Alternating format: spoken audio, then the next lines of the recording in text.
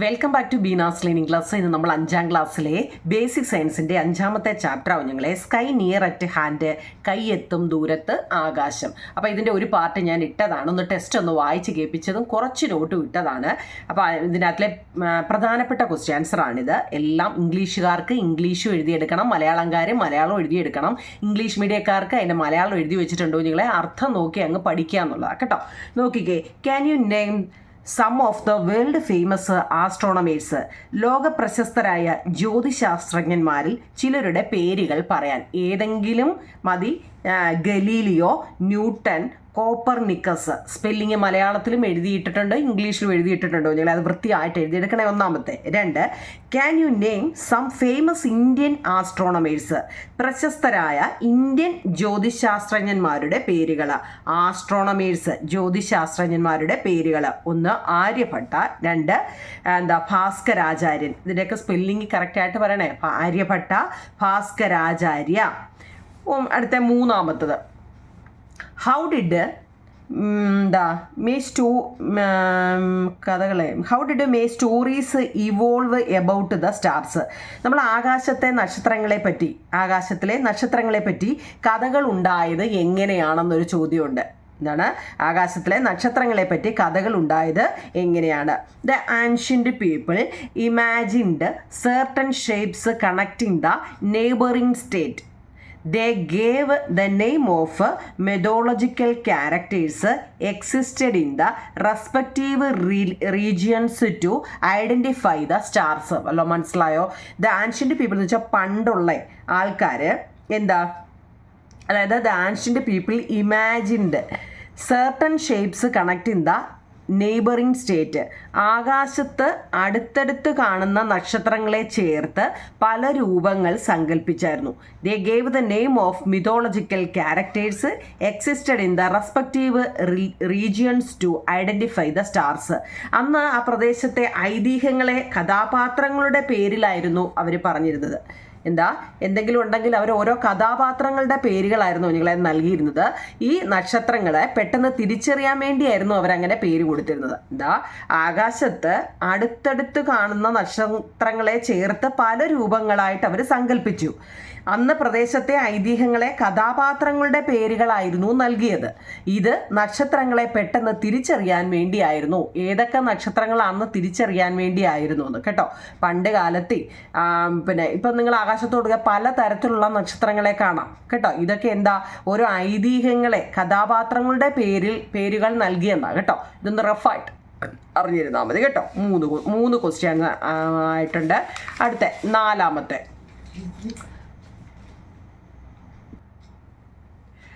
What did our ancestors find out observing the position of the state? ഈ ancestor എന്ന് വെച്ചാൽ ആരാ നിങ്ങളെ?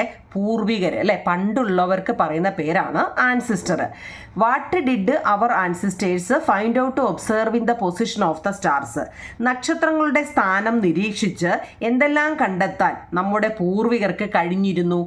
നമ്മുടെ പൂർവികർക്ക് നക്ഷത്രങ്ങൾ കണ്ടുപിടിച്ചായിരുന്നല്ലോ അവർ ഓരോന്ന് പറഞ്ഞത്. മുമ്പത്തെ ക്വസ്റ്റ്യനിൽ എന്തൊക്കെ അവർക്ക് കഴിഞ്ഞു?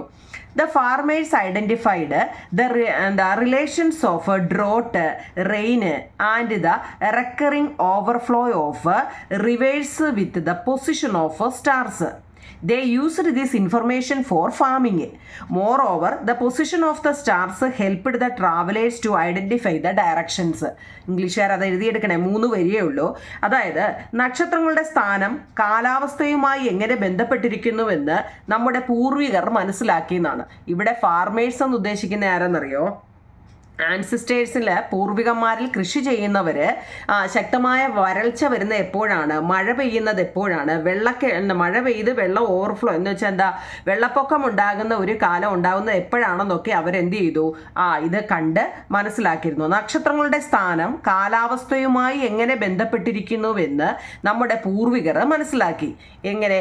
വരൾച്ച, മഴ, നദികളിൽ വെള്ളപ്പൊക്കമുണ്ടാകുന്ന കാലം എന്നിവ നക്ഷത്രങ്ങളുടെ സ്ഥാനവുമായിട്ട് ബന്ധപ്പെട്ട് കണ്ടെത്തിയിരുന്നു. കർഷകർ ഈ വിവരങ്ങൾ കൃഷിക്കായിട്ട് ഉപയോഗപ്പെടുത്തി. കൂടാതെ സഞ്ചാരികൾക്ക് ദിശയറിയാനും നക്ഷത്രങ്ങളുടെ സ്ഥാനം അറിയിച്ചു. നമുക്ക് എവിടെയോട്ടെങ്കിലും പോകണമെങ്കിൽ ദിശ അറിയാൻ വേണ്ടിയും ഈ നക്ഷത്രങ്ങളുടെ സ്ഥാനം അറിയിച്ചു. പണ്ടത്തെ കാര്യങ്ങളാണ് കേട്ടോ. അപ്പോൾ എന്താ നിങ്ങളെ, അത് ഇമ്പോർട്ടൻ്റ് ഒരു ക്വസ്റ്റ്യൻ ആണ്. What did our ancestors find out observing the position of the stars? നക്ഷത്രങ്ങളുടെ സ്ഥാനം നിരീക്ഷിച്ച് എന്തെല്ലാം കണ്ടെത്താൻ നമ്മുടെ പൂർവികർക്ക് കഴിഞ്ഞിരുന്നു? എന്തെല്ലാം? The farmers identified the relations of drought എന്ന് വെച്ചാൽ വരൾച്ചയാണ്, റെയിൻ മഴ, and the recurring overflow of rivers എന്ന് വെച്ചാൽ എന്താ, ഇവിടെ നദികളൊക്കെ വെള്ളപ്പൊക്കം ഉണ്ടാകുന്ന ഒരു കാലം. Position of stars. They used this information for farming. Moreover the position of the stars helped the travel to identify the directions. Malayalam മനസ്സിലായോ? അതായത് നക്ഷത്രങ്ങളുടെ സ്ഥാനം കാലാവസ്ഥയുമായിട്ട് എങ്ങനെ ബന്ധപ്പെട്ടിരിക്കുന്നുവെന്ന് നമ്മുടെ പൂർവികർ മനസ്സിലാക്കി. വരൾച്ച, മഴ, നദികളിൽ വെള്ളപ്പൊക്കം ഉണ്ടാകുന്നൊരു കാലം എന്നിവ നക്ഷത്രങ്ങളുടെ സ്ഥാനവുമായിട്ട് ബന്ധപ്പെട്ടവർ കണ്ടെത്തിയിരുന്നു. കർഷകർ ഈ വിവരങ്ങൾ കൃഷിക്കായിട്ട് ഉപയോഗിച്ചു. ഓരോന്നും അവർക്ക് തിരിച്ചറിയാൻ പറ്റുന്നുണ്ടായിരുന്നു. കൂടാതെ സഞ്ചാരികൾക്ക് ദിശ അറിയാനും നക്ഷത്രങ്ങളുടെ സ്ഥാനം അറിയിച്ചു എന്നാണ്. ഓക്കെ ആണല്ലോ. അഞ്ചാമത്തെ, വാട്ട് ഈസ് സ്കൈ? ആകാശം എന്നാൽ എന്താണ്? What is sky? ഭൂമിക്ക് ചുറ്റുമുള്ള അന്തരീക്ഷമാണ് ആകാശം. The atmosphere around the earth is the sky. The atmosphere around the earth is the sky. അടുത്ത, what is a space? The space is the hard vacuum without air outside the earth atmosphere. The moon, the star and the moon, the sun and the stars are in the space. എന്താണ് space എന്നാ ഇംഗ്ലീഷുകാർ ഇത് എഴുതിയെടുക്കണം കേട്ടോ. അപ്പം sky എന്നാൽ എന്തെന്ന് ചോദിച്ചാൽ എന്താ? The atmosphere. നോക്കണേ കുഞ്ഞുങ്ങളെ, the atmosphere around the earth in the sky. ഒരു മാർക്കിനെ ചോദിച്ചാൽ ഈ ഒരൊറ്റ വരി എഴുതിയാൽ മതി. സ്പേസ് എന്നാലോ, the space is hard vacuum without air outside the earth atmosphere. The moon, the sun, the stars are in the space കേട്ടോ. അപ്പം ഇംഗ്ലീഷ് മീഡിയക്കാർ ഇത് എഴുതിയെടുക്കണം. മലയാളം മീഡിയക്കാർ എന്താണ്? സ്പേസ് മീൻസ്, സ്പേസിൻ്റെ അർത്ഥം എന്ന് വെച്ചാൽ ബഹിരാകാശം എന്നാണ്. എന്താ നിങ്ങളെ? ബഹിരാകാശം. ഭൂമിയുടെ അന്തരീക്ഷത്തിന് പുറത്തുള്ള വായുരഹിതമായ സ്ഥലമാണ് ബഹിരാകാശം. ചന്ദ്രനും സൂര്യനും നക്ഷത്രങ്ങളുമൊക്കെയുള്ളത് ബഹിരാകാശത്താണ്. മനസ്സിലായോ? ബഹിരാകാശം എന്നാൽ എന്ത്? ഭൂമിയുടെ അന്തരീക്ഷത്തിന് പുറത്തുള്ള വായുരഹിതമായ സ്ഥലമാണ് ബഹിരാകാശം. ചന്ദ്രനും സൂര്യനും നക്ഷത്രങ്ങളുമൊക്കെയുള്ളതാണ് ഒക്കെ എവിടെയാണ്? ബഹിരാകാശത്താണ് കേട്ടോ. നല്ല എളുപ്പമല്ലേ കുഞ്ഞുങ്ങളെ രണ്ടുപേരും പഠിക്കാൻ. അടുത്ത, ഭൂമിയിൽ നിന്ന് നോക്കുമ്പോൾ എല്ലാ ആകാശഗോളങ്ങളും ഒരേ തലത്തിലാണ് കാണുന്നത്. അത് ശരിയാണോ? നമ്മൾ ഭൂമിയിൽ നിന്ന് നോക്കുമ്പോൾ എല്ലാ ആകാശഗോളങ്ങളും എന്താ, സെലസ്റ്റിയൽ ബോഡീസ് അല്ലേ, ഒരേ തലത്തിലാണോ കാണുന്നത്? അത് ശരിയാണോ? When viewed from the earth, we feel that all the celestial bodies are on the same plane. Is it really like that? ആണോ? ശരിയാണോ അത്? ഒന്നാമത്തെ നോക്കിയേ, century A. Alpha Centauri A. ഇവിടെ ഒരു 4 കാര്യത്തെക്കുറിച്ച് ടെസ്റ്റിൽ പറയുന്നുണ്ട് കേട്ടോ. എന്തോത്തിനെ കുറിച്ചാണ് കുഞ്ഞുങ്ങൾ? ആൽഫയെ കുറിച്ചൊക്കെ കേട്ടോ. നിങ്ങളുടെ ടെസ്റ്റിൽ അതിനെക്കുറിച്ചൊക്കെ പറയുന്നുണ്ട്. ആൻഡ്രോമീഡിയയെ കുറിച്ച്, ആൻഡ്രോമീഡിയ ഐഡൻറ്റിഫൈ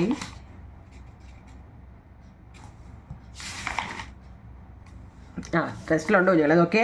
ഒന്നാമത്തത് ആൽഫ സെഞ്ചുറി എ, അതായത് large enough to accommodate 16 lakh earth.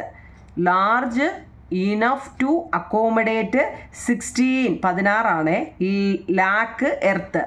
40 lakh crore kilometre far from the earth.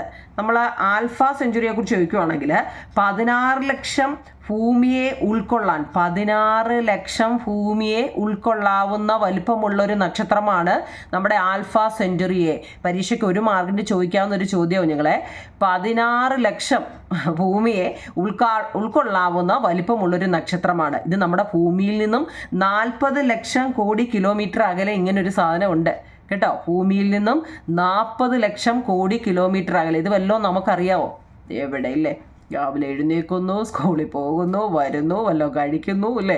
ഇത് മറ്റെന്തെങ്കിലും നമുക്കറിയുന്നുണ്ടോ? ആര് തിരക്കുന്നില്ലയോ? നോക്കൂ ഞങ്ങൾ. അടുത്ത sun. Large enough to accommodate 13 lakh earth. 15 crore kilometre away from earth. അതായത് 13 ലക്ഷം ഭൂമിയെ ഉൾക്കൊള്ളാവുന്ന വലിപ്പമുള്ളൊരു നക്ഷത്രമാണ് നമ്മുടെ സൂര്യൻ. അത് ഭൂമിയിൽ നിന്നും 15 കോടി കിലോമീറ്റർ അകലെയാണ്. ഈ എമൗണ്ട് ഒക്കെ കറക്റ്റ് ആണോ? നമ്മുടെ ടെസ്റ്റിൽ കിടപ്പുണ്ട് കേട്ടോ നിങ്ങളെ. അത് ചിലപ്പോൾ ഇതിനകത്തിലേക്ക് എഴുതുന്നത് ഈ ചിലപ്പോൾ എമൗണ്ടിലൊക്കെ ചില വേരിയേഷനൊക്കെ വരും കേട്ടോ. കാരണം ഓരോ ഇതിനകത്തിൽ ഓരോന്നാണ് കൊടുത്തിരിക്കുന്നത്. അതുകൊണ്ട് ആ കറക്റ്റായിട്ടാണോ എന്ന് നിങ്ങളൊന്നുകൂടെ ഒന്ന് കൺഫേം ചെയ്യണേ നിങ്ങളെ. അത് 13 ലക്ഷം ടെസ്റ്റിനകത്തിലൊന്ന് വായിച്ചിട്ട് നോക്കണം കേട്ടോ. 13 ലക്ഷം ഭൂമിയെ ഉൾക്കൊള്ളാവുന്ന വലിപ്പമുള്ളൊരു നക്ഷത്രമാണ് നമ്മുടെ സൂര്യൻ എന്നാണ് കേട്ടോ. ഭൂമിയിൽ നിന്നും ഏകദേശം 15 കോടി കിലോമീറ്റർ അകലെയാണ് നമ്മുടെ സൂര്യൻ സ്ഥിതി ചെയ്യുന്നത്. ഇനി എർത്തോ large enough to accommodate 50 moons, അതായത് 50 ചന്ദ്രനെ ഉൾക്കൊള്ളാവുന്ന വലിപ്പമാണ് നമ്മുടെ എർത്തിനുള്ളത്. എന്താ നിങ്ങളെ, 50 ചന്ദ്രനെ ഉൾക്കൊള്ളാവുന്ന വലിപ്പമാണ് നമ്മുടെ എർത്തിനുള്ളത്. അടുത്ത 3.84 കിലോമീറ്റർ അവേ ഫ്രം ദർ, നമ്മുടെ ഭൂമിയിൽ നിന്നും ഏകദേശം 3.84 കിലോമീറ്റർ അല്ലേ, എന്താ 84 ലാക്ക് കിലോമീറ്റർ ആണെന്ന് തോന്നുന്നു കേട്ടോ. സ്റ്റാർ ക്ലസ്റ്റർ ആർ നോണസ് എന്താ അല്ല earth star cluster are known as, അതായത് സ്റ്റാറുകളുടെ എല്ലാം കൂടെ ഒരു കൂട്ടത്തിന് പറയുന്ന പേരാണ് കോൺസ്റ്റലേഷൻ അല്ലെങ്കിൽ നക്ഷത്ര ഗണങ്ങൾ. ഈ പറഞ്ഞതൊക്കെ ഒന്ന് റഫായിട്ടൊന്ന് അറിഞ്ഞിരുന്നാൽ മതി കേട്ടോ. ഇതിൻ്റെ കറക്റ്റ് എമൗണ്ടുകൾ നമ്മുടെ ടെസ്റ്റിനകത്തിൽ കൺഫേം ചെയ്ത് ഞാൻ കണ്ടില്ല കേട്ടോ. എത്രയൊക്കെയാണെന്ന് നിങ്ങളത് എമൗണ്ട് കറക്റ്റ് ആണോ എന്ന് നോക്കിയാൽ മതി കേട്ടോ. ബാക്കിയുള്ള എല്ലാം ശരി, അതാ ഇവിടെ കിടപ്പുണ്ടായിരുന്നു അതെ.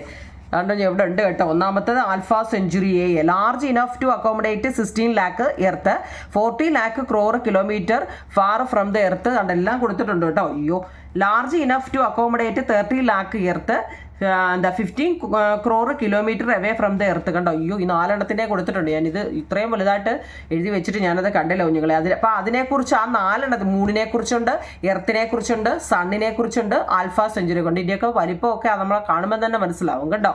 നമ്മൾ 3 കണ്ടോ. അപ്പോൾ അതിനെക്കുറിച്ചാണ് ഇപ്പോൾ നമ്മൾ പറഞ്ഞത്. അത് അപ്പോൾ ഇത് നിങ്ങൾക്ക് ഇതുപോലെ അങ്ങ് എഴുതിയെടുക്കണം കേട്ടോ. എന്താ നമ്മുടെ ചോദ്യം എന്തോന്നറിയോ, ഭൂമിയിൽ നിന്ന് നോക്കുമ്പോൾ എല്ലാ ആകാശഗോളങ്ങളും ഒരേ തലത്തിലാണോ കാണുന്നതെന്ന്, അത് ശരിയാണോ? അത് ഇതിനെക്കുറിച്ച് എഴുതാനുള്ള ചോദ്യത്തിൻ്റെ ഉത്തരവാണ് കുഞ്ഞുങ്ങൾ കേട്ടോ. ഓക്കെ, അപ്പോൾ നമ്മൾ 7 ക്വസ്റ്റ്യൻ്റെ ആൻസർ പഠിച്ചു. അടുത്തത് വാട്ട് ഈസ് എ ഹണ്ടർ, എന്താണ് ഒറിയോൺ, എന്താണ് വേട്ടക്കാരൻ എന്നറിയപ്പെടുന്ന വേട്ടക്കാരൻ എന്നാൽ എന്താണ് അല്ലേ? This is a constellation visible in the eastern horizon at dusk in December. When the stars are connected, we can imagine the shape of a hunter and hence given the name hunter. The Greek gave the name Orion, which Orion Orion, which is the name of a hunter in this mythology. കേട്ടോ, എന്താ ഞങ്ങളെ, അതായത് Hunter എന്നാൽ എന്താണ്? Hunter means വേട്ടക്കാരൻ എന്നാണ് കേട്ടോ. അതിനകത്തിൽ shape of the hunter hence given the when the stars are connected we can imagine the shape of the Orion ആട്ടോ. Sorry, ഞാൻ ഒനിയൻ എന്നൊക്കെ എഴുതി വെച്ചു. OR ആട്ടോ, Orion. This is the constellation visible in the eastern horizon at dusk പിന്നെ എന്താ in December. When the stars are connected, we can imagine the shape of the hunter and hence given the name hunter. The Greek gave the name Orion, which is the name of hunter in this mythology. ഇത് നിങ്ങൾ കാണുമ്പോഴേക്കും 5ാം ക്ലാസ്സിൽ പഠിക്കുന്ന കുട്ടികൾ ഇത്രയും വലുതൊക്കെ പഠിക്കണമെന്ന് വെച്ച് കഴിഞ്ഞാൽ ഇത് എന്തുവാന്നാവും നിങ്ങൾ, എന്താണ് ഈ വേട്ടക്കാരൻ എന്നാണ് എഴുതി വെച്ചിരുന്നത്. അതായത് മലയാളം വായിക്കുമ്പോൾ നിങ്ങൾക്ക് അത് എന്തോ ഇത്ര എഴുതണോ വേണ്ടാന്ന് തരും. നോക്കിയേ, ഡിസംബർ മാസത്തിൽ ഇപ്പം നമ്മൾ പഠിക്കുന്നത്, നമ്മൾ പറഞ്ഞു a group of stars is called constellation ആണ്. A group of stars is called constellation ആണ്. ഈ ഗ്രൂപ്പ് ഓഫ് സ്റ്റാർസിലെ ഒന്നാമത്തെ ആളാണ് നമ്മുടെ ഒറിയോൺ അല്ലെങ്കിൽ ഹണ്ടർ എന്ന് പറയുന്ന വേട്ടക്കാരൻ കേട്ടോ. അതിന് ഓരോന്നിൻ്റെയും പേരാവും നിങ്ങളെ. അപ്പം വേട്ടക്കാരനെ കുറിച്ച് ചോദിക്കുമ്പോൾ എഴുതാനുള്ളതാണ്. ഡിസംബർ മാസത്തിൽ സന്ധ്യാസമയത്ത് കിഴക്കൻ ചക്രവാളത്തിൽ കാണാവുന്ന നക്ഷത്രഗണമാണ് ഇത്. എന്താ നിങ്ങളെ, ഡിസംബർ മാസത്തിലെ, ഡിസംബർ എന്ന് വെച്ചാൽ എന്താ, ക്രിസ്മസ് കാലയളവിൽ സന്ധ്യാസമയത്ത് കിഴക്കൻ കിഴക്കെന്ന് വെച്ചാൽ എന്താ, സൂര്യൻ ഉദിക്കുന്നിടത്തല്ലേ, അവിടെ ഇങ്ങനെ കാണുന്ന നക്ഷത്രമാണ് ആരാണ്, നമ്മുടെ ഹണ്ടർ അല്ലെങ്കിൽ എന്താ, അതിന് വേറെയും കുറേ പേരുണ്ട് കേട്ടോ. എന്നിട്ടോ ഇതിലെ നക്ഷത്രങ്ങളെ തമ്മിൽ യോജിപ്പിച്ചാൽ ഒരു വേട്ടക്കാരൻ്റെ രൂപം സങ്കല്പിക്കാം. ആ നക്ഷത്രങ്ങളെ എല്ലാം കൂടി കൂട്ടി യോജിപ്പിച്ചാൽ ഒരു വേട്ടക്കാരൻ്റെ രൂപം സങ്കല്പിക്കാം. ഗ്രീക്കുകാർ അവർ അവരുടെ ഐതിഹ്യത്തിലെ വേട്ടക്കാരനായ ഓറിയോണിൻ്റെ പേരാണ് ഈ നക്ഷത്രഗണത്തിന് നൽകിയിരിക്കുന്നത്. എന്താ നിങ്ങളെ മലയാളം മനസ്സിലാവുന്നുണ്ടോ? അതായത് ഡിസംബർ മാസത്തിലെ സന്ധ്യാസമയത്ത് കിഴക്ക് ഭാഗത്ത്, ഇനി ചക്രവാളം ഒന്നും പറയാൻ അറിയത്തില്ലെങ്കിൽ ആകാശത്തിൻ്റെ കിഴക്ക് ഭാഗത്ത് കാണാവുന്ന നക്ഷത്രഗണമാണ് നമ്മുടെ ഹണ്ടർ അല്ലേ, അല്ലെങ്കിൽ വേട്ടക്കാരൻ. ഇതിലെ നക്ഷത്രങ്ങളെ തമ്മിൽ യോജിപ്പിച്ചാൽ നമുക്കൊരു വേട്ടക്കാരൻ്റെ രൂപം സങ്കല്പിക്കാവുന്നതാണ്. നിങ്ങൾക്ക് ആ പടം കൊടുത്തിട്ടുണ്ട് കേട്ടോ, കണ്ടോ കുഞ്ഞുങ്ങളെ, ഇത് കണ്ടോ, ഇത് കണ്ടോ വേട്ട കണ്ടോ, ഇത് അമ്പും വില്ലുവാ. ഇത് നമ്മൾ അമ്പെടുത്തിട്ട് ഇങ്ങനെ ഇല്ലയോ, ടിഷ്യൂ എന്നും പറഞ്ഞ് ഇല്ല, അമ്പും വില്ലും അറിയത്തില്ലേ, അതാണ് ഈ വേട്ടക്കാരൻ ഉദ്ദേശിക്കുന്നത് കേട്ടോ. അപ്പോൾ എന്താ, ഒരു വേട്ടക്കാരൻ്റെ രൂപം സങ്കല്പിക്കാം. ഗ്രീക്കുകാർ അവരുടെ ഐതിഹ്യത്തിലെ വേട്ടക്കാരനായ ഓറിയോണിൻ്റെ പേരാണ് ഈ നക്ഷത്രഗണത്തിന് നൽകിയിരിക്കുന്നത്. അപ്പം ഇംഗ്ലീഷുണ്ട്, മലയാളമുണ്ട് കേട്ടോ, എഴുതിയെടുത്തോണേ. അടുത്ത വാട്ട് ഈസ് സപ്തഋഷീസ്. സപ്തം എന്ന് വെച്ചാൽ കുഞ്ഞുങ്ങളെ എന്താ, 7 എന്നാണ്. This is A constellation in the northern Horizon dearly visible during the month of April. നമ്മൾ ഈ ഏത് കോൺസ്റ്റലേഷൻ പഠിച്ചാലും, ഏതിന് ഇപ്പോൾ ഒന്നാമത് പഠിച്ചത് ആരെയാണ്, ഹണ്ടർ അല്ലേ, വേട്ടക്കാരനെ പഠിക്കുമ്പോൾ അത് ഡിസംബർ മാസത്തിൽ കിഴക്ക് ഭാഗത്ത് കാണപ്പെടുന്നതാണ് അല്ലേ. ഇത് നോക്കിയേ, ഏപ്രിൽ മാസത്തിൽ കാണപ്പെടുന്നതാണ് സപ്തഋഷീസ്. ആ മാസങ്ങൾ കറക്റ്റായിട്ട് അങ്ങ് പഠിച്ചോണം കേട്ടോ, ഏത് മാസം എന്തിനെയാ കാണുന്നത്. അപ്പം നമുക്ക് എളുപ്പം പഠിക്കാൻ പറ്റും. മനസ്സിലാവുന്നുണ്ടോ നിങ്ങളെ? The name Saptarishis was given by Indian because of 7 stars can be 7 very clearly in these constellation. ഇംഗ്ലീഷുകാർ ഇത്രയും മാത്രം എഴുതിയെടുത്താൽ മതി. എന്താണ് സപ്തഋഷീസ് കേട്ടോ. സപ്തം എന്ന് വെച്ചാൽ എന്താ നിങ്ങളെ, 7 എന്നാണ് കേട്ടോ. നോക്കിയേ മലയാളം മീഡിയക്കാര്, സപ്തഋഷികൾ ഏപ്രിൽ മാസത്തിൽ വടക്കൻ ചക്രവാളത്തിൽ കാണപ്പെടുന്ന നക്ഷത്രഗണമാണ് സപ്തർഷികൾ. 7 നക്ഷത്രങ്ങളെ വ്യക്തമായി കാണാവുന്നതിനാലാണ് ഈ കൂട്ടത്തിന് ഇന്ത്യയിൽ സപ്തഋഷികൾ എന്ന പേര് വന്നത്. ഞാൻ പറയില്ലേ, സപ്തം എന്ന് വെച്ചാൽ 7 അർത്ഥം അല്ലെ. 7 നക്ഷത്രങ്ങളെ വ്യക്തമായി കാണാവുന്ന, നോക്കിക്കേ, 1 2 3 4 5 6 7, ഈ 7 എണ്ണത്തിന് ഇത് കണ്ടോ, അല്ലെ പട്ടം ഇവിടെ നിന്ന് അങ്ങോട്ട് പട്ടം വരത്തുന്നില്ല. ഇതോ വേട്ടക്കാരനാണല്ലേ. ഒന്നാമത്തെ നമ്മൾ പഠിച്ച ഗ്രൂപ്പ് ഓഫ് സ്റ്റാർസിലെ ഒന്നാമത്തത് ഓറിയോൺ അല്ലെങ്കിൽ ഹണ്ടർ അല്ലേ. രണ്ടാമത്തെ ഇതെന്താണ്, നോക്കിക്കേ, പട്ടം നമ്മൾ ഇവിടെ നിന്ന് ഇങ്ങോട്ട് വിടുന്ന പോലെ സപ്തഋഷി എന്ന് വെച്ചാൽ 7 കുത്തുകൾ അല്ലേ. 7 ഋഷിമാർന്നാണ് അത് പറയുന്നത് കേട്ടോ. ഏപ്രിൽ, അത് ഈ മാസം അറിഞ്ഞിരിക്കണേ. മറ്റേത് ഡിസംബറിലാണ്, ഇത് ഏപ്രിലാണ്. ഏപ്രിൽ മാസത്തിൽ വടക്കാണ്, മറ്റേത് കിഴക്കാണ്. ഏപ്രിൽ മാസത്തിൽ വടക്കൻ ചക്രവാളത്തിൽ കാണപ്പെടുന്ന നക്ഷത്രഗണമാണ് സപ്തഋഷി. ആ ക്ലൂ ഓർത്ത് വെച്ചോണേ നിങ്ങൾ. എന്താണ്, നമ്മുടെ വേട്ടക്കാരൻ അല്ലെങ്കിൽ ഹണ്ടർ കാണപ്പെടുന്നത് കിഴക്ക് ഭാഗത്താണ്. ആ ക്ലൂ ഇങ്ങനെ പഠിച്ചോണം കേട്ടോ. കിഴക്ക് ഭാഗത്ത് ആണ് കാണപ്പെടുന്നത്. ഇത് ഏത് മാസമായിരുന്നു, കിഴക്ക് ഭാഗത്ത് ഏത് മാസവും നിങ്ങളെ അത് വേട്ടക്കാരൻ കാണപ്പെടുന്നത് ഡിസംബറിലാണ് കേട്ടോ, ഡിസംബർ. അപ്പോൾ ആ 2 പേര് നമുക്ക് അത് കിട്ടി. ഇനി ഇത് സപ്തഋഷി ഏത് മാസമാണ് കാണപ്പെടുന്നത്, ഏപ്രിലാണ് അല്ലേ. ഏപ്രിൽ എവിടെ കാണപ്പെടുന്നത്, ഏപ്രിൽ വടക്ക് ഭാഗത്തായിട്ട് കാണപ്പെടുന്നതാണ്. ആ ക്ലൂ 2 ഓർത്തിരുന്നാൽ മതി. 7 നക്ഷത്രങ്ങളെ വ്യക്തമായി കാണാവുന്നതിനാലാണ്, അത് നല്ലൊരു പോയിന്റ്. 7 നക്ഷത്രങ്ങളെ വ്യക്തമായി കാണാവുന്നത് കൊണ്ടാണ് അതിനെ എന്ത് പറയുന്നത്, സപ്തഋഷി എന്ന് പേര് പറയുന്നത്. ഇനി യൂറോപ്യൻ രാജ്യങ്ങളിൽ ഇതിനെ ബിഗ് ഡിപ്പർ എന്നും അറിയപ്പെടുന്നു. യൂറോപ്യൻ രാജ്യങ്ങൾ ഇതിനെ എന്ത് പേരിലാണ് അറിയപ്പെടുന്നത്, ബിഗ് ഡിപ്പർ എന്നും അറിയപ്പെടുന്നു. സപ്തഋഷീസ്. ഓക്കെ, അതൊക്കെ ആണല്ലോ. അത്ര എഴുതിയെടുക്കണേ നിങ്ങളെ. കാണാൻ പറ്റുന്നുണ്ടോ, ഞാൻ സ്പീഡിലാണോ പറഞ്ഞു വന്നത്, ഒത്തിരി നോട്ടുകളുണ്ട്. ഇതൊരു ഇച്ചിരി വലിയ ചാപ്റ്ററാണ് കേട്ടോ. കാരണം എല്ലാ നോട്ടും ഞാൻ എഴുതിയിട്ടുണ്ട്. ഒരു ഇച്ചിരി വലിയ ചാപ്റ്ററും കൂടിയാണ്. 5ാം ക്ലാസ് ആണെന്ന് വിചാരിച്ചു ഒന്നും പഠിക്കാതിരിക്കല്ലേ നിങ്ങൾ കേട്ടോ. അടുത്ത് നോക്കിയാൽ, നക്ഷത്ര നിരീക്ഷണത്തിന് എന്തെല്ലാം ഒരുക്കങ്ങൾ നമ്മൾ നടത്തേണ്ടതുണ്ട്. ഇതെല്ലാം ടെസ്റ്റിലെ ക്വസ്റ്റ്യൻ നമ്മൾ പഠിച്ചേ ഒക്കത്തുള്ളൂ കേട്ടോ, ഒന്നിനെ മിസ് ചെയ്യാൻ പറ്റത്തില്ല. നക്ഷത്ര നിരീക്ഷണത്തിന് എന്തെല്ലാം ഒരുക്കങ്ങൾ നടത്തേണ്ടതുണ്ട്. What preparations do we need for A star watching.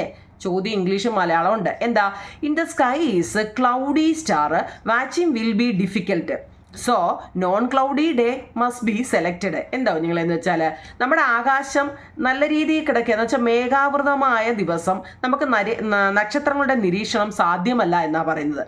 ആകാശം മേഘാവൃതമായ ദിവസം, മേഘാവൃതമാണ് ആകാശം, മേഘാവൃതമായ ദിവസം നക്ഷത്ര നിരീക്ഷണം സാധ്യമല്ല. മേഘാവൃതമല്ലാത്ത ദിവസം നമുക്ക് തിരഞ്ഞെടുക്കാവുന്നു. ഒന്നാമത്തെ എളുപ്പമല്ലേ പഠിക്കാൻ. In the sky is cloudy star watching will be difficult, so non cloudy day must be selected. Okay. 2, if looked through a telescope star can be seen clearly. എന്താ, നമ്മൾ ടെലിസ്കോപ്പിലൂടെ നോക്കിയാൽ കൂടുതൽ വ്യക്തമായി നക്ഷത്രങ്ങളെ കാണാൻ നമുക്ക് കഴിയുമെന്ന്. എന്താ നിങ്ങളെ, if looked through a telescope star can be seen clearly. ടെലിസ്കോപ്പിലൂടെ നോക്കിയാൽ നമുക്ക് നല്ല വ്യക്തമായിട്ട് ഈ നക്ഷത്രങ്ങളെ കാണാൻ കഴിയും. 3, globe, star chart etcetera should be helpful. ഗ്ലോബും നക്ഷത്ര ചാർട്ടും എന്നിവ നമ്മൾ ഇതിന് കരുതണം. Seek the presence of experienced person. ഇനി നമ്മൾ ചെന്ന് നിന്ന് നേരെ അങ്ങ് നോക്കിയാൽ നമുക്ക് ഇതിനെക്കുറിച്ച് വല്ലതും അറിയാവോ നിങ്ങളെ? ഇല്ല. ഇതിനെക്കുറിച്ച് അറിയാവുന്ന, അതായത് നല്ല വിദഗ്ധരുടെ സാന്നിധ്യം നമ്മുടെ ശരിയായ നിരീക്ഷണത്തിന് ആവശ്യമാണെന്നാണ്. നമ്മൾ അറിയാൻ വയ്യാത്തവർ ചെന്ന് ഇതിനെക്കുറിച്ച് വല്ലതും പഠിക്കാൻ പറ്റുമോ? ഇല്ല. ആരെങ്കിലും അറിയാവുന്നവരെ കൊണ്ട് പോയിട്ട് വേണം ഇതൊക്കെ നോക്കാൻ. മനസ്സിലായോ? Seek the presence of experienced person. നല്ല ഇമ്പോർട്ടൻ്റ് ഒരു ക്വസ്റ്റ്യൻ ആട്ടോ. നിങ്ങളുടെ പരീക്ഷയ്ക്ക് നമ്മളിപ്പോൾ സ്കൈ എന്താണ്, പിന്നെ എന്താ, അല്ലെങ്കിൽ സൺ എന്തുവാണ്, എർത്ത് എന്തുവാണ്, ഇതൊക്കെ പഠിച്ചിട്ടായിരിക്കും പരീക്ഷയ്ക്ക് പോകുന്നത്. ക്വസ്റ്റ്യൻ കാണുമ്പോഴായിരിക്കും ഇതുപോലുള്ള ക്വസ്റ്റ്യൻ ആയിരിക്കും വരുന്നത് കേട്ടോ. നമ്മൾ സൺ എന്തുവാ, മൂൺ എന്തുവാ, എർത്ത് എന്തുവാ, ഇങ്ങനൊന്നും ഒരിക്കലും പരീക്ഷയ്ക്ക് ചോദിക്കത്തില്ല. അത് നമ്മൾ അറിഞ്ഞിരിക്കേണ്ട കാര്യങ്ങളാണ്. അതാണ് ആദ്യം പറഞ്ഞത്. ഇങ്ങനെയുള്ള ക്വസ്റ്റ്യൻ ആയിരിക്കും ഇനി കേട്ടോ. അപ്പം നക്ഷത്രങ്ങളെ നമ്മൾ നിരീക്ഷിക്കുമ്പോൾ നമ്മൾ എന്തെല്ലാം കാര്യങ്ങൾ ഒരുക്കണമെന്നുള്ള ചോദ്യമാണിത്. എന്തൊക്കെ ഒരുക്കണം നിങ്ങളെ? ഒന്നാമത്തെ എന്താണ്? In the sky is cloudy star, watching will be difficult, so non cloudy day must be selected. ആകാശം മേഘാവൃതമായ ദിവസം നക്ഷത്രങ്ങളെ നിരീക്ഷണം സാധ്യമല്ല. മേഘാവൃതമല്ലാത്ത ദിവസം നമ്മൾ തിരഞ്ഞെടുക്കണം. If looked through a telescope star can be seen clearly. നമ്മൾ ടെലിസ്കോപ്പിലൂടെ നോക്കിയാൽ നമുക്ക് ഈ നക്ഷത്രങ്ങളെ നല്ല വ്യക്തമായിട്ട് കാണാൻ കഴിയും. പിന്നെ ഗ്ലോബ്, സ്റ്റാർ ചാർട്ട് എന്നിവ ഷുഡ് ബി ഹെൽപ്ഡ്. നമ്മൾ എപ്പോഴും ഒരു ഗ്ലോബോ ഒരു നക്ഷത്രത്തിന്റെ ചാർട്ട് എന്നിവയൊക്കെ കരുതണം. പിന്നോ നല്ലപോലെ അറിയാവുന്ന എക്സ്പീരിയൻസ്ഡ് ആയിട്ടുള്ള പേഴ്സണെ വേണം എന്ത് ചെയ്യാൻ? Seek the presence of experienced person. ശരിയായിട്ട് അറിയാവുന്ന ആളിനെ കൊണ്ട് വേണം ഇത് കണ്ട് മനസ്സിലാക്കാൻ പോകാൻ കേട്ടോ. അപ്പോൾ 10 നോക്കിയോ നിങ്ങൾ? എഴുതിയെടുത്തോണേ കേട്ടോ. എല്ലാം ഞാൻ കേട്ടോ, എല്ലാം എഴുതിയെടുത്തോണേ. അടുത്തത് ഏറ്റവും പ്രധാനപ്പെട്ട ഒരു ചോദ്യം നിങ്ങൾ, എന്താണ് ഈ ബഹിരാകാശ നിലയം എന്ന് വെച്ചാൽ? Space station. Space station. A space station is a laboratory setup in the space. We can observe and conduct experiment from the space. It self in A space station. എന്താ, ബഹിരാകാശത്ത് നിന്ന് തന്നെ നിരീക്ഷണങ്ങൾ നടത്താനും പരീക്ഷണങ്ങൾ ചെയ്യാനും ഒരുക്കിയ ഒരു പരീക്ഷണശാലയാണ് നമ്മുടെ ബഹിരാകാശ നിലയം. എന്താ നിങ്ങളെ, A space station is A laboratory setup in the space. We can observe and conduct experiment from the space itself in a space station. ബഹിരാകാശത്ത് നിന്ന് തന്നെ നിരീക്ഷണങ്ങൾ നടത്താനും പരീക്ഷണങ്ങൾ ചെയ്യാനും ഒരുക്കിയ പരീക്ഷണശാലയാണ് ബഹിരാകാശ നിലയം. ഓക്കെ ആണോ? നല്ലപോലെ എഴുതിയെടുക്കണേ.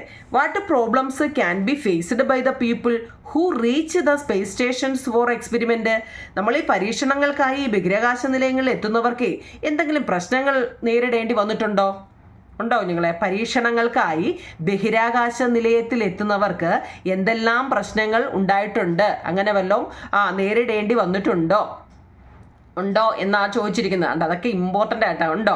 എന്താവും നിങ്ങളെ? അവിടെ no air, no food, weightlessness due to no gravity, not easy to move. അവിടെ എയറില്ല, നോ ഫുഡ് ഭക്ഷണമില്ല, വെയിറ്റ് ലെസ്നെസ് എന്ന് വെച്ചാൽ എന്താ? നമുക്ക് ഭാരമില്ലായ്മ, ഡ്യൂ ടു നോ ഗ്രാവിറ്റി എന്ന് വെച്ചാൽ ആകർഷണ ബലം അനുഭവപ്പെടുന്നതിനാൽ നമുക്കവിടെ ഭാരമില്ല അല്ലേ. നോട്ട് ഈസി ടു മൂവ്, നമുക്കവിടെ ചലിക്കാനും പറ്റത്തില്ല. കണ്ടിട്ടുണ്ടോ നിങ്ങൾ? ഗ്രാവിറ്റി എന്ന് പറയുന്നൊരു പടം ഉണ്ടോ നിങ്ങൾ? അതിനകത്തിലൊക്കെ ഇത് കാണിക്കുന്നുണ്ട്. What is the special arrangement are needed to overcome such problems. ഇത്തരം സംഭവങ്ങൾ മറികടക്കാൻ എന്തെല്ലാം സംവിധാനങ്ങൾ വേണ്ടിവരും? ഈ മഷി കണ്ടോ, ഞാൻ നിങ്ങൾക്ക് ഈ നോട്ട് എഴുതേണ്ടതുകൊണ്ടേ നല്ല കട്ടിയുള്ള പേന എടുത്ത് എഴുതുന്നതാണ് കേട്ടോ. അതിലെഴുതി പേജ് മറിക്കുമ്പോഴത്തേക്ക് അത് മായുന്നതാണ് കേട്ടോ. നോക്കൂ നിങ്ങളെ, what special arrangements are needed to overcome such problems. നമ്മൾ ഈ പറഞ്ഞ സംഭവങ്ങൾ മറികടക്കാൻ നമുക്കിനി എന്തെങ്കിലും സംവിധാനങ്ങൾ വല്ലതും വേണ്ടി വരുമോ എന്നുള്ള ചോദ്യം. ഏതാ? നമ്മൾ ബഹിരാകാശ നിലയങ്ങളിൽ ചെല്ലുമ്പോഴേ എന്തെല്ലാം പ്രശ്നങ്ങളാണ് അനുഭവിക്കേണ്ടി വരുന്നതെന്ന്. അവിടെ എയർ ഇല്ല, ഫുഡില്ല, നമുക്ക് വെയിറ്റ് ഇല്ല, നമുക്ക് അവിടെ മൂവ് ചെയ്യാൻ പറ്റത്തില്ല എന്നൊക്കെ പറഞ്ഞു. ഇനി ഇതിനെ മറികടക്കാൻ നമുക്ക് എന്തെങ്കിലും ചെയ്യാൻ പറ്റുമോ? എന്താ? Air cylinder are used. നമ്മൾ വായു നിറച്ച സിലിണ്ടറുകൾ അവിടെ ഉപയോഗിക്കണമെന്നാണ് കേട്ടോ. ആ ചോദ്യമൊക്കെ നല്ലപോലെ അറിയണേ കുഞ്ഞുങ്ങൾ കേട്ടോ. എന്താ, എയർ നിറച്ച എയർ സിലിണ്ടർ ആർ യൂസ്ഡ്, വായു നിറച്ച സിലിണ്ടറുകൾ അവിടെ ഉപയോഗിക്കണം. Suitable food for space is used. ഇനി അവിടെ പോകുമ്പോൾ എന്താ, ബഹിരാകാശത്ത് ഉപയോഗിക്കാൻ കഴിയുന്ന തരത്തിലുള്ള ഭക്ഷണം കരുതണം അല്ലേ. ചീനി വേവിച്ചത്, ചക്ക വേവിച്ചത്, അങ്ങനെ വല്ലതൊക്കെ തിന്നിട്ട് പോകാൻ പറ്റുമോ? ഇല്ല. Suitable food for space is used. ബഹിരാകാശത്ത് ഉപയോഗിക്കുമ്പോൾ കഴിയുന്ന തരത്തിലുള്ള, അങ്ങനെ അവിടെ കഴിയാൻ പറ്റുന്ന തരത്തിലുള്ള ഭക്ഷണം മാത്രം കരുതണം. സ്പെഷ്യൽ സ്പേസ് സ്യൂട്ട് അറിയോ. ഇനി അവിടെ പോകുമ്പോഴോ നമ്മളിപ്പോൾ വീട്ടിൽ ഇടുന്ന എന്താ ഉടുപ്പും നിക്കറുമോ അല്ലെങ്കിൽ എന്താ സാരിയോ വല്ലോ ഉടുത്തോണ്ട് പോകാൻ പറ്റുമോ അവിടെ? ഇല്ല. എന്താ, സ്പെഷ്യൽ സ്പേസ് സ്യൂട്ട് ആറ് യൂസ്ഡ്. സ്പേസ് സ്യൂട്ടുകൾ മാത്രം അതായിട്ടാണ് അവിടെ അതാണ് ധരിക്കേണ്ടത്. ഓക്കെ ആണോ നിങ്ങളെ? ഈ 3 ഇമ്പോർട്ടൻ്റ് ആണ്. ഞാൻ ഇമ്പോർട്ടൻ്റ് മാത്രമാണ് ഈ തന്നിരിക്കുന്നത് കേട്ടോ. അപ്പോൾ 13 ക്വസ്റ്റ്യൻ ആൻസർ തന്നു. അടുത്ത 14. ഇനി നമ്മൾ ചന്ദ്രനെ കുറിച്ചാണ് പഠിക്കുന്നത്. Which is the closest celestial body to the earth?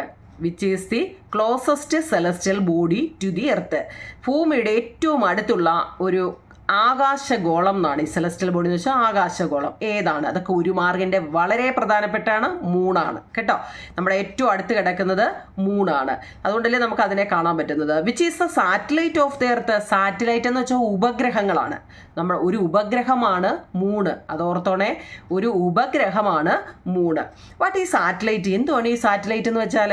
Satellite are the celestial bodies which revolve around the planet. നമ്മുടെ ഗ്രഹങ്ങളെ ചുറ്റുന്നവയാണ് ഉപഗ്രഹങ്ങൾ. ഗ്രഹങ്ങൾ ഏതൊക്കെയാണെന്ന് അറിയാമോ? അതൊക്കെ ഞാൻ കഴിഞ്ഞ ക്ലാസ്സിൽ പറഞ്ഞു. എന്നാലും ഇതിൽ എഴുതിയിട്ടുണ്ടോ നിങ്ങളെ? ഈ ഗ്രഹങ്ങളെ ചുറ്റുന്നവയാണ് ഉപഗ്രഹങ്ങൾ. അടുത്ത, can the moon Shine on its on? Important ആണ്. ചന്ദ്രന് സ്വയം പ്രകാശിക്കാൻ കഴിയുമോ? വളരെ ഇമ്പോർട്ടൻ്റ് ഒരു ക്വസ്റ്റ്യൻ ആണ് കേട്ടോ. 3 മാർക്കിൻ്റെയും 2 മാർക്കിൻ്റെയും ഒക്കെ ചോദ്യമാവും നിങ്ങളെ. ചന്ദ്രന് സ്വയം പ്രകാശിക്കാൻ കഴിയുമോ? No.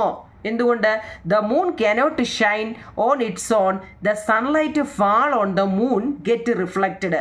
The reflected light make the moon glow. എന്താ, മൂൺ ഒരിക്കലും എന്താ മൂൺ പ്രകാശിക്കുന്നില്ല. കാരണം സൂര്യപ്രകാശം ചന്ദ്രനിൽ തട്ടിയാണ് എന്ത് ചെയ്യുന്നത്, റിഫ്ലക്റ്റ് ചെയ്യുന്നത്, പ്രതിഫലിക്കുന്നത് കൊണ്ടാണ് ചന്ദ്രൻ എന്താ പ്രകാശമായിട്ട് നമുക്ക് തോന്നുന്നത്. ചന്ദ്രൻ നിന്ന് തിളങ്ങുന്നതിന് കാര്യം എന്താണ്? സൂര്യപ്രകാശം അതിലടിക്കുന്നത് കൊണ്ടാണ് കേട്ടോ. അല്ലാതെ ചന്ദ്രന് തിളക്കമൊന്നുമില്ല കേട്ടോ. അടുത്ത, what are the features of the Moon?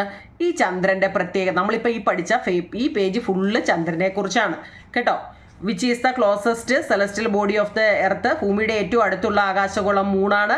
ഒരു സാറ്റലൈറ്റ് എർത്തിൻ്റെ ഭൂമിയുടെ ഉപഗ്രഹം. സാറ്റലൈറ്റ് എന്ന് വെച്ചാൽ ഉപഗ്രഹമാണ്, മൂണാണ്.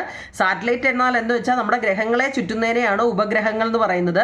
ചന്ദ്രന് എന്താ തിളക്കമുണ്ടോ? സ്വയം പ്രകാശിക്കാൻ കഴിവുണ്ടോ? ഇല്ല. സൂര്യൻ്റെ പ്രകാശം കൊണ്ടാണ് ചന്ദ്രൻ തിളങ്ങുന്നത്.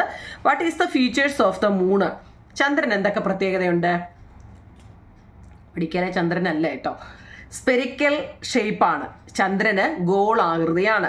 Cannot shine on its own. സ്വയം പ്രകാശിക്കുന്നില്ല. ആ seen from the earth the shape varying from several day എന്ന് വെച്ചാൽ എന്താ, അതിൻ്റെ ഇംഗ്ലീഷുകാർ ഇത് എഴുതിയെടുക്കണം കേട്ടോ. എന്താ, സ്പെരിക്കൽ ഷേപ്പാണ്, ഗോളാകൃതിയാണ്. Cannot shine on its own. സ്വയം പ്രകാശിക്കുന്നില്ല.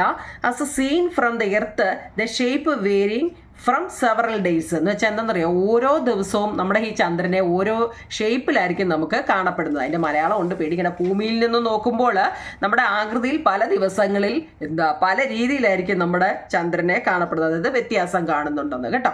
അടുത്ത, what all luminous object are there in the sky? Luminous എന്ന് വെച്ചാൽ എന്താ? ലൂമിനസ് പ്രകാശിക്കുന്ന അല്ലേ. What all luminous object are there in the sky? പ്രകാശിക്കുന്ന ഏതെല്ലാം വസ്തുക്കൾ നമ്മുടെ ആകാശത്തുണ്ടോ നിങ്ങളെ? പ്രകാശിക്കുന്ന സണ്ണും സ്റ്റാറും മാത്രമേ ഉള്ളൂ കേട്ടോ. ബാക്കിയുള്ളതെല്ലാം നമ്മുടെ ഈ സണ്ണിൻ്റെ പ്രകാശം കൊണ്ട് ബാക്കിയുള്ളതൊക്കെ പ്രകാശിക്കുന്ന കേട്ടോ. അത് 1 മാർക്കിനെ ചോദിക്കാം. The sun, stars. How to differentiate the stars and other celestial bodies? 3 മാർക്കിൻ്റെ ഒരു ചോദ്യമാണ് കേട്ടോ. എന്താ? How to differentiate the stars and other celestial body? നമ്മുടെ നക്ഷത്രങ്ങളെയും മറ്റ് സെലസ്റ്റിയൽ ബോഡി ആകാശഗോളങ്ങളെയും നമുക്ക് എങ്ങനെ തിരിച്ചറിയാൻ പറ്റും? നക്ഷത്രങ്ങൾ ഏതാണ്, അല്ലെ മറ്റ് സെലസ്റ്റിയൽ ബോഡീസ് ആകാശഗോളങ്ങൾ ഏതാണ്, നമ്മൾ എങ്ങനെ തിരിച്ചറിയാൻ പറ്റും? നോക്കിയേ, stars are self luminous celestial body. നമുക്കറിയാം സ്വയം പ്രകാശിക്കുന്ന ആകാശഗോളങ്ങളാണ് നക്ഷത്രങ്ങൾ അല്ലേ. നക്ഷത്രങ്ങളെ നമ്മൾ എങ്ങനെ തിരിച്ചറിയുമെന്നോ? നക്ഷത്രങ്ങൾക്ക് തിളക്കമുണ്ട് കുഞ്ഞുങ്ങളെ. സ്വയം പ്രകാശിക്കുന്ന ഒരു സെലസ്റ്റിയൽ ബോഡിയാണ്, ആകാശഗോളമാണ് നമ്മുടെ നക്ഷത്രങ്ങൾ. എന്നാൽ planet and satellite are not self luminous. നമ്മൾ ഈ പറഞ്ഞ ഗ്രഹങ്ങളും ഉപഗ്രഹങ്ങളും സാറ്റലൈറ്റുകളും പ്ലാനറ്റുകളും ഒന്നും സ്വയം പ്രകാശിക്കുന്നില്ല. നമ്മൾ സ്വയം പ്രകാശിക്കുന്ന ആരൊക്കെയാണെന്ന് പറഞ്ഞാൽ സണ്ണും സ്റ്റാറും മാത്രമേ ഉള്ളൂ. അപ്പം പ്ലാനറ്റ്സും സാറ്റലൈറ്റും ഒന്നും സ്വയം പ്രകാശിക്കുന്നില്ല. ഇമ്പോർട്ടൻ്റ് ആട്ടോ, ഓരോ പോയിന്റും മലയാളവും ഇംഗ്ലീഷും ഒക്കെ എഴുതി വെച്ച് പഠിച്ചോണേ കുഞ്ഞുങ്ങളെ. The light that false on these bodies get reflected and it make them glow. എന്ന് വെച്ചാൽ അവയിൽ പതിക്കുന്ന സൂര്യപ്രകാശത്തെ പ്രതിഫലിക്കുന്നത് മൂലമാണ് ഇതൊക്കെ നമുക്ക് പ്രകാശിക്കുന്നതായിട്ട് തോന്നുന്നത് കേട്ടോ. ഇത്രയേ ഉള്ളൂ കുഞ്ഞുങ്ങളെ. സണ്ണും സ്റ്റാറുമാണ് തിളങ്ങുന്നത്, ബാക്കിയുള്ളവയൊന്നും തിളങ്ങുന്നില്ല. അപ്പം നിങ്ങളോട് ഏതിൻ്റെയും ചിലപ്പോൾ ചോദിക്കും പ്ലാനറ്റും സാറ്റലൈറ്റും തമ്മിലുള്ള ഡിഫറൻസ് എന്താണ്, അല്ലെങ്കിൽ സ്റ്റാർസും പ്ലാനറ്റും തമ്മിലുള്ള ഡിഫറൻസ് എന്താണ്. അപ്പോൾ അതൊക്കെ നിങ്ങൾക്ക് സ്വന്തമായിട്ട് എഴുതണമെന്നുണ്ടെങ്കിൽ ഇങ്ങനെയൊക്കെയുള്ള വരികൾ പഠിച്ചെങ്കിലേ വെക്കൂ.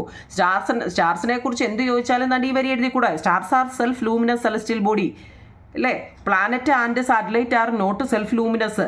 The light that fall on these bodies get reflected and it make them glow. ഈ സൂര്യൻ്റെ പ്രകാശം വന്ന് ഈ പ്ലാനറ്റിലും സാറ്റലൈറ്റിലും ഒക്കെ വന്ന് പതിക്കുന്നത് കൊണ്ടാണ് അവ പ്രകാശിക്കുന്നത്. എളുപ്പമല്ലേ നിങ്ങൾ ഇതൊക്കെ പഠിക്കാൻ അല്ലേ. അപ്പോൾ 20 ക്വസ്റ്റ്യനും ആൻസറും നമ്മളിപ്പോൾ പഠിച്ചു. 21ാമത്തെ അപ്പം മൂണിനെ കുറിച്ച് നമ്മൾ പഠിച്ചു കഴിഞ്ഞു. ആകാശത്ത് തിളക്കമുള്ള അല്ലേ, ആകാശത്ത് പ്രകാശിക്കുന്നത് ഏതൊക്കെയാണെന്നും പിന്നെ തങ്ങളുടെ ഡിഫറൻസ് എന്താണെന്നും. ഇനി നമ്മൾ സോളാർ സിസ്റ്റം, സൗരയുധം എന്നാൽ എന്താണ്? ഇമ്പോർട്ടൻ്റ് ആണ്, 2 മാർക്കിൻ്റെ ചോദ്യമാണ്. എന്താണ് solar system? The solar system consist of the sun, the planet around the sun, satellite and many other celestial bodies. സൂര്യനും സൂര്യനെ ചുറ്റുന്ന ഗ്രഹങ്ങളും ഉപഗ്രഹങ്ങളും മറ്റനേകം വസ്തുക്കളും ചേർന്നതാണ് സൗരയുധം. നല്ലൊരു ക്വസ്റ്റ്യൻ ആൻസർ അല്ലേ. നമ്മുടെ സൂര്യനും ഈ സൂര്യനെ ചുറ്റുന്ന ഗ്രഹങ്ങളും അവയുടെ ഉപഗ്രഹങ്ങളും മറ്റനേകം വസ്തുക്കളും ചേർന്നതാണ് സൗരയുധം. The solar system consist of the sun, the planet around the sun, satellite and many other celestial bodies. ഇനി how many planet are there in the solar system? നമ്മുടെ സൗരയൂഥത്തിൽ എത്ര ഗ്രഹങ്ങളുണ്ട് കുഞ്ഞുങ്ങളെ? മൊത്തം 9 ആയിരുന്നില്ലേ, ഒന്നങ്ങ് പോയി. ഇപ്പോൾ എത്ര ഉണ്ട്? 8 ഗ്രഹങ്ങളേ ഉള്ളൂ കേട്ടോ. പ്ലൂട്ടോ പോയി, ഡ്രാഫ്റ്റ് പ്ലാനറ്റ് എന്നറിയപ്പെടുന്നതിനെ കാണാനില്ല അല്ലേ.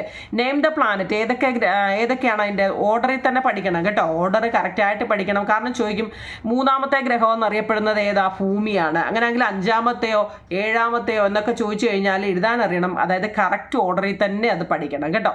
ഏതൊക്കെയാണ്? മെർക്കുറിക്ക് ബുധൻ, വീനസ് ശുക്രൻ, എർത്ത് ഭൂമി, മാർസ് ചൊവ്വ, ജുപ്പിറ്റർ വ്യാഴം, സാറ്റേൺ ശനി, യുറാനസ് തന്നെ, നെപ്റ്റ്യൂൺ കേട്ടോ. അപ്പം ഇതിൻ്റെ പേര് ഓർത്തണം. 1ാമത്തെ പ്ലാനറ്റ് ഏതാണ്? മെർക്കുറി, ബുധനാണ് കേട്ടോ. അപ്പം നിങ്ങളോട് ചോദിക്കും ഈ ഭൂമിയുടെ ശുക്രൻ്റെയും ചൊവ്വയുടെയും ഇടയിൽ കിടക്കുന്ന ഗ്രഹം ഏതാന്ന് ചോദിക്കാം. ഏതാ? ഭൂമിയാണ് അല്ലേ. നമ്മുടെ വ്യാഴത്തിൻ്റെയും യുറാനസിൻ്റെയും ഇടയിൽ കിടക്കുന്ന ഇടയിൽ കിടക്കുന്ന ഏത് ഗ്രഹമാണെന്ന് ചോദിച്ചാൽ ശനിയാണ്. അതുകൊണ്ടാണ് ഞാൻ പറഞ്ഞ ഓർഡറിൽ തന്നെ അത് പഠിക്കണം കേട്ടോ. ഇനി വാട്ട് ഈസ് ഓർബിറ്റ്? എന്താണ് ഈ പരിക്രമണ പദം? എന്നാൽ ഓർബിറ്റ് എന്ന് വെച്ചാൽ the path of the celestial body അല്ലേ.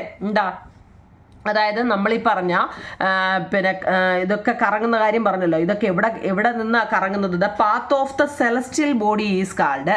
നമ്മുടെ സെലസ്റ്റിയൽ ബോഡിയുടെ സഞ്ചാരപാത, അത് കിടന്ന് ഇങ്ങനെ വട്ടം കറങ്ങുന്നത് കാണുന്നുണ്ടോ? നിങ്ങൾ ഈ ചുമ്മാതെ ഫോൺ എടുത്ത്, അമ്മയുടെയൊക്കെ ഫോണൊക്കെ തരം കിട്ടുമ്പോഴൊക്കെ എടുത്ത് വെച്ചിരുന്ന് എല്ലാവരും ഗെയിം കളിയൊക്കെ ഉണ്ട് അല്ലേ. അന്നേരം ഇതൊക്കെ ഒന്ന് അടിച്ചു നോക്കണം. എന്താണ് ഓർബിറ്റ് അല്ലേ, എന്താണ് പ്ലാനറ്റ്? ഇതൊക്കെ അടിക്കുമ്പോൾ ഉണ്ടല്ലോ നമ്മുടെ ആ പിക്ചർ ഉൾപ്പെടെ നിങ്ങൾക്ക് കാണാൻ പറ്റും. അപ്പം നിങ്ങൾക്ക് പെട്ടെന്ന് മനസ്സിലാവാൻ പറ്റും കേട്ടോ. ഫോൺ എടുത്ത് ഗെയിം കളിയൊക്കെ ഇല്ലേ, ആ സമയത്ത് ഇതൊക്കെ ഒന്ന് നോക്കണം കേട്ടോ കുഞ്ഞുങ്ങളെ. അപ്പം പെട്ടെന്ന് നിങ്ങൾക്ക് മനസ്സിലാക്കാൻ പറ്റും. ഓർബിറ്റ് എന്ന് വെച്ചാൽ the path of the celestial body is called the orbit. ആകാശഗോളങ്ങളുടെ സഞ്ചാര പാതയാണ് പരിക്രമണ പദം എന്ന് പറയുന്നത്. 24 25ാമത്തെ ഒരു ചോദ്യമുണ്ട്. Between the orbit of which planet does earth orbit lie? എന്ന് വെച്ചാൽ ഭൂമിയുടെ പരിക്രമണ പദത്തിന്റെ സ്ഥാനം ഏതെല്ലാം ഗ്രഹങ്ങളുടെ പരിക്രമണ പദങ്ങളിൽ? അതെന്തോ പറഞ്ഞു കേൾക്കുമ്പോൾ നിങ്ങൾക്ക് എന്തോ വലിയ സംഭവം തോന്നുന്നു. എന്താ നിങ്ങളെ ഇവിടെ ചോദിച്ചേക്കുന്നത്?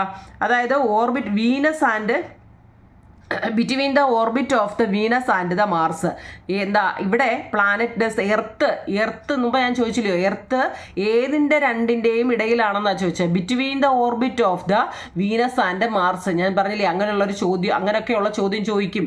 ബിറ്റ്വീൻ എന്ന് വെച്ചാൽ അതിൻ്റെ അർത്ഥം എന്താ, ഇടയിൽ. ഏതിൻ്റെ രണ്ട് പ്ലാനറ്റിൻ്റെ ഇടയിലാണ് ഏതെങ്കിലും ഒരെണ്ണം ചോദിക്കും. അതുകൊണ്ട് ഓർഡർ കറക്റ്റായിട്ട് പഠിക്കണം കേട്ടോ. പ്രത്യേകിച്ച് ഈ എർത്ത് എന്തിൻ്റെയാ, വീനസിൻ്റെയും മാർസിൻ്റെയും ഇടയിലാണ് ആര് വരുന്നത്, മാർസ് അല്ല നമ്മുടെ എർത്ത് വരുന്നത്. എർത്ത് മൂന്നാമത്തെ ഗ്രഹവുമാണ് കേട്ടോ.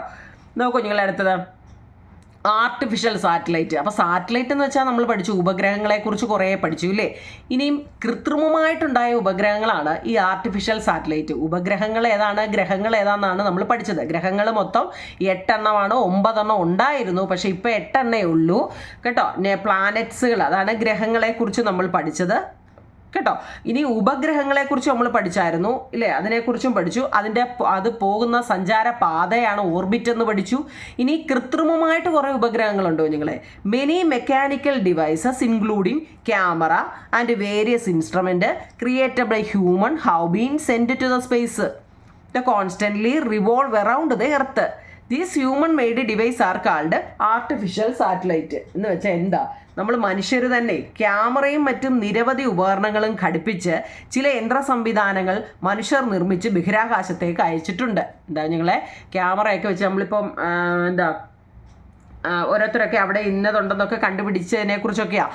ക്യാമറയും മറ്റും നിരവധി ഉപകരണങ്ങൾ ഘടിപ്പിച്ച് ചില യന്ത്ര സംവിധാനങ്ങൾ മനുഷ്യർ നിർമ്മിച്ചിട്ട് ബഹിരാകാശത്തേക്ക് അയച്ചിട്ടുണ്ട്.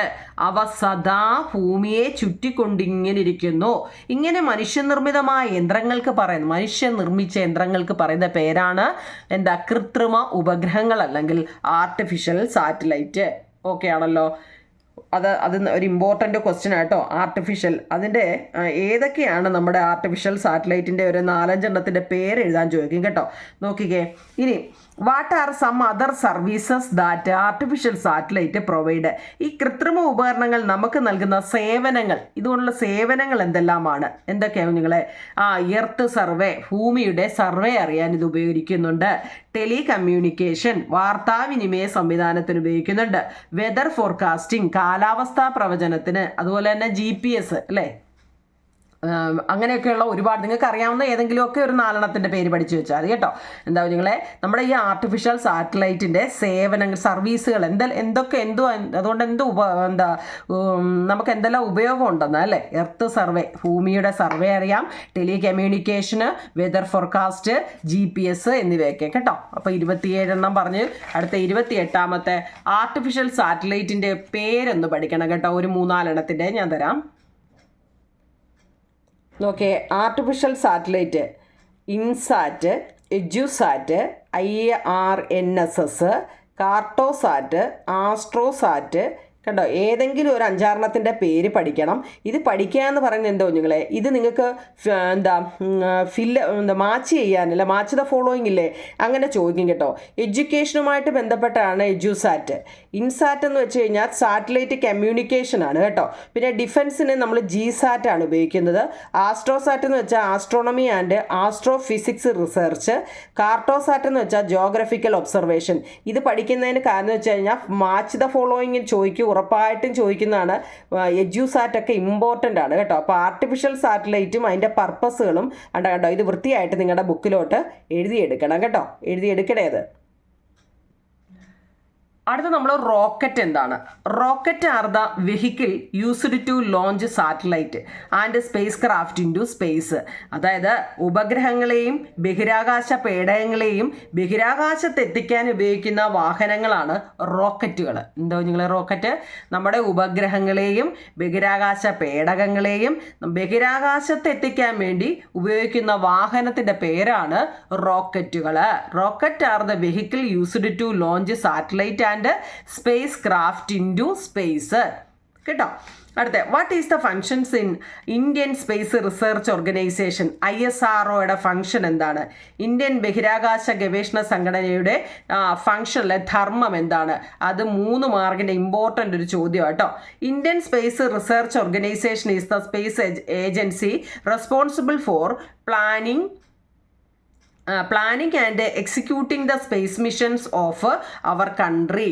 എന്താ നിങ്ങളെ the Indian space research organisation is the space agency responsible for planning and executing the space missions of our country. നമ്മുടെ രാജ്യത്തിൻ്റെ ബഹിരാകാശ പദ്ധതികൾ ആസൂത്രണം ചെയ്ത് നടപ്പിലാക്കുന്ന ബഹിരാകാശ സ്ഥാപനമാണ് ISRO. കേട്ടോ.